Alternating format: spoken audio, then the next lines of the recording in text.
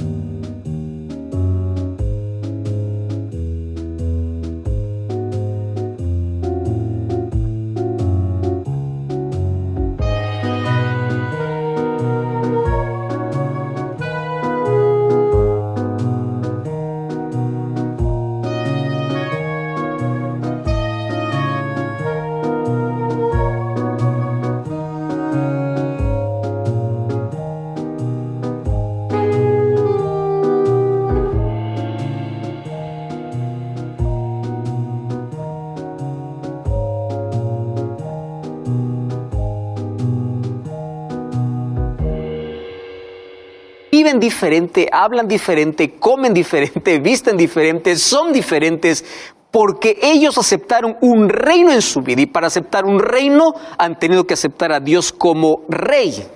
Y la Biblia nos habla, obviamente, de dos reinos, no de dos reyes, pero sí de dos reinos, el reino de las tinieblas y el reino de la luz. Solo que también nos habla de dos padres. Juan 8:44 dice que Jesús dijo a los escribas y fariseos, ustedes son hijos de vuestro padre el diablo. Ahora, también habla de dos reinos, de un rey legítimo y de un príncipe usurpador.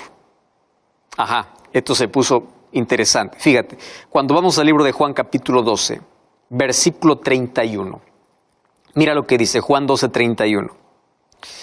Ahora es el juicio de este mundo, porque el príncipe de este mundo será echado fuera. ¿Quién es el príncipe de este mundo? Aquí dicho por Jesús, es Satanás. Ese es el príncipe que se cree dueño del mundo, pero no lo es. Sin embargo, actúa como dueño, porque el ser humano le entregó el dominio a él.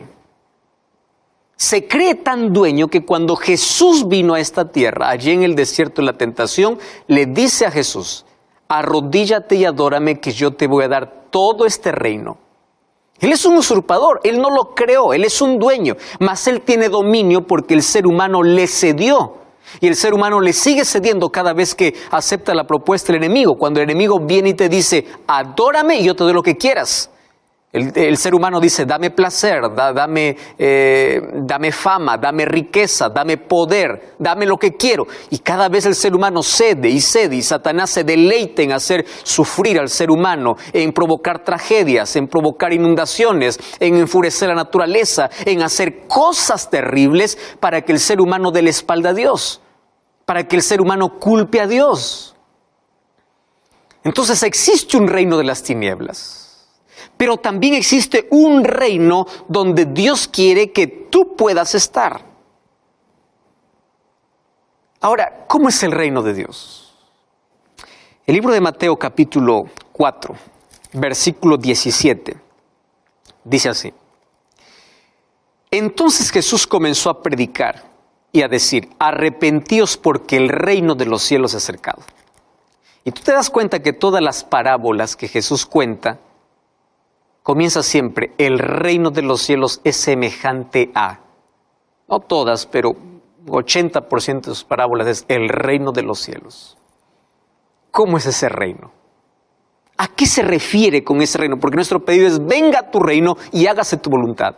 Mas primero entendamos qué cosa es el reino para luego pedir la voluntad de Dios. Bueno, el reino de Dios tiene una realidad presente y una realidad futura. Y aquí te voy a resumir para que esto pueda quedar muy simple. El reino es donde a Jesús se le permite ser rey.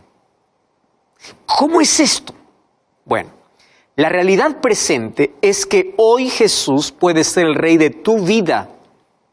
Y la realidad futura es que un reino va a ser instalado sobre este mundo. Después de 1000 años que los hijos de Dios estén en el cielo, la nueva Jerusalén descenderá a la tierra. Y aquí será el reino eterno instituido por Dios, según Daniel capítulo 2. Eso significa que hay un reino, el cual se llama el reino de gracia. ¿Cuál es el territorio del reino de gracia? Es tu corazón. Y si tú le permites en tu vida a Cristo ser rey, tú estás viviendo en el reino de gracia. Pero ese reino de gracia te prepara para el reino de gloria. ¿Y cuándo sucederá el reino de gloria? Cuando Cristo regrese a esta tierra por segunda vez. A mí me encanta Mateo capítulo 25, versículo 31. Fíjate lo que dice el verso 31. Cuando el Hijo del Hombre venga con su gloria o en su gloria y todos los ángeles con él, entonces sentará en su trono de gloria. Y el versículo 34 dice, y el rey les dirá a los de su derecha. Está hablando del rey que viene a instalar su reino. El rey. Wow.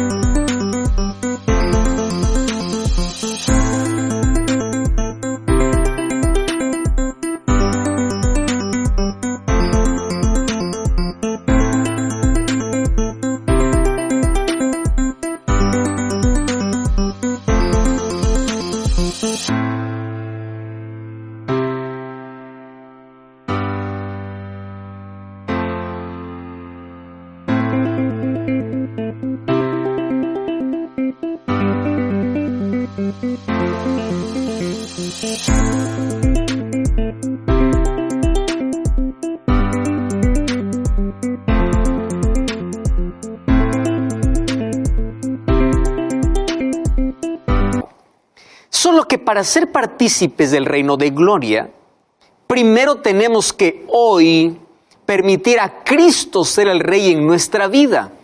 Por eso es que el reino de gracia tiene que ver con la restauración del corazón. Y el reino de gloria tiene que ver con la restauración del planeta, porque el pecado será eliminado por completo. Pero si queremos participar del reino de gloria, primero tenemos que permitir que la gracia de Cristo transforme el corazón. Y eso es lo interesante, porque aquellos que participarán del reino de gloria serán aquellos que serán glorificados. Pero para ser glorificados, primero nuestro corazón hoy tiene que ser restaurado por la gracia de Dios. Ahí la importancia de vivir de acuerdo a la palabra de Dios, de caminar con Dios. de aceptar a Cristo en la vida, de permitir que Cristo sea el rey de mi vida, que tenga el control, que tenga el dominio. Hay dos maneras de vivir esta vida. O vives de acuerdo a tus deseos o vives de acuerdo a la voluntad de Dios. Entonces, ese reino comienza primero restaurando nuestro corazón. Y cuando Cristo restaura nuestro corazón, nos prepara para poder vivir en su reino de gloria. El libro de Apocalipsis, capítulo 21, versículo 7 y versículo 8 me dice quiénes no entrarán en el reino de gloria. Versículo 7 dice, el que venciere heredará todas las cosas y yo le seré su Dios y él será mi hijo. Pero los cobardes, incrédulos, abominables, homicidas, fornicarios, hechiceros, idólatras y mentirosos tendrán su parte en el lago que arde con fuego y azufre. O sea, aquí me dice quiénes no entrarán. Entonces aquí en la lista, quien encabeza la lista están los cobardes, aquellos que nunca se atrevieron a dar un espacio a Cristo para que gobierne su vida. Y luego están aquellos, los homicidas, los asesinos, los ladrones, etcétera, etcétera. Sin embargo, aquí viene una noticia. El reino de gloria estará lleno de pecadores arrepentidos. Quiere decir, si estoy hablando para alguien que es ladrón, tú tienes oportunidad hoy en vida de aceptar a Cristo, ser transformado por la gracia de Dios y un día estar en el reino de gloria. Porque el reino de los cielos está para los vencedores, para aquellos que aceptan a Cristo en su corazón. Pero para eso tienes que someter tu voluntad a la voluntad de Dios. Por eso es que Jesús me enseñó que el siguiente pedido sea, hágase tu voluntad. O sea, yo someto mi voluntad a tu voluntad porque yo estoy esperando tu reino. Yo quiero que venga tu reino, pero hasta que venga tu reino yo quiero hacer tu voluntad. Por eso Jesús dijo en Mateo capítulo 7, versículo 21. Fíjate lo que dice. No todo el que me dice Señor, Señor entrará en el reino de los cielos, sino aquel que hace la voluntad de mi Padre que está en los cielos. No basta ir a la iglesia, no basta decir ser creyente, no basta ser religioso, porque dice, muchos me dirán aquel día, Señor, en tu nombre hicimos milagros, echamos fuera demonios, en tu nombre, y yo les diré, nunca os conocí. O sea, hacer la voluntad de Dios es una condición para poder estar en el reino de gloria. Y la pregunta es, ¿cómo sé cuál es la voluntad de Dios? Vive de acuerdo a los principios que Dios estableció en su palabra. No discutas a Dios, obedece a Dios. Hay varias cosas que impiden que Cristo sea el rey en nuestra vida. La incredulidad, la duda, la desobediencia, la falta de fe, el orgullo, la autosuficiencia, quitan a Dios del trono de nuestra vida.